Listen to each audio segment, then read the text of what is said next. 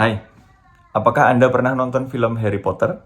Tahukah Anda bahwa pembagian 4 kelas yang ada di Hogwarts, Gryffindor, Slytherin, dan seterusnya, merupakan pembagian yang J.K. Rowling terinspirasi dari 4 tipe personality klasik manusia sejak zaman Hippocrates, yaitu personality sanguin, koleris, plekmatis, dan melankolis. Sejak dulu, manusia selalu ingin mencari tahu kenapa seseorang punya personality seperti ini, kenapa satu orang berbeda dengan orang lainnya.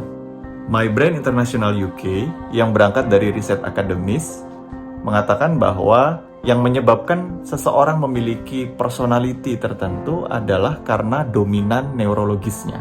Apa itu dominan neurologis? Yang pertama dominan. Dominan itu adalah kecenderungan seseorang untuk menggunakan salah satu bagian tubuhnya. Jadi setiap orang punya bagian tubuh yang dominan. Misalnya kanan dan kiri. Ini ada orang yang dominan kanan, tangan kanan, ada juga orang yang kidal dominan kiri.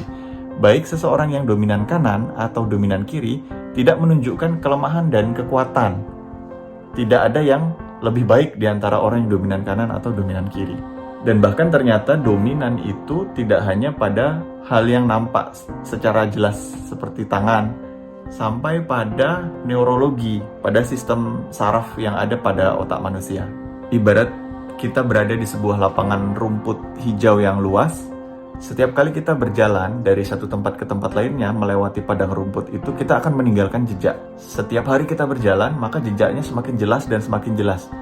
Begitulah yang terjadi di otak kita. Sejak kecil, kita terbiasa menggunakan jalur-jalur tertentu di otak kita karena pengaruh genetis dan karena pengaruh lingkungan. Sampai akhirnya jalur yang terbentuk itu menjadi jalur dominan saraf kita, atau disebut istilah dominan neurologis.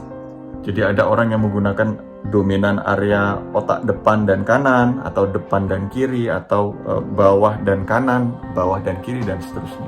Nah, kecenderungan dominan neurologis inilah yang membentuk seseorang menjadi tipe personality yang berbeda-beda. Dengan memahami tipe kepribadian ini, di dalam sebuah tim, kita bisa menyesuaikan diri dengan lebih cepat. Karena kita tahu bahwa tidak bisa semua orang kita perlakukan sama. Karena kita paham tiap orang punya tipe kepribadian yang berbeda-beda. Bagaimana menerapkan ini dalam sebuah tim, cara mengetahuinya, seperti apa kita memanfaatkan ilmu ini untuk mengetahui kekuatan potensial kita dan blind spot kita, kita akan bahas di edisi berikutnya. Wassalamualaikum.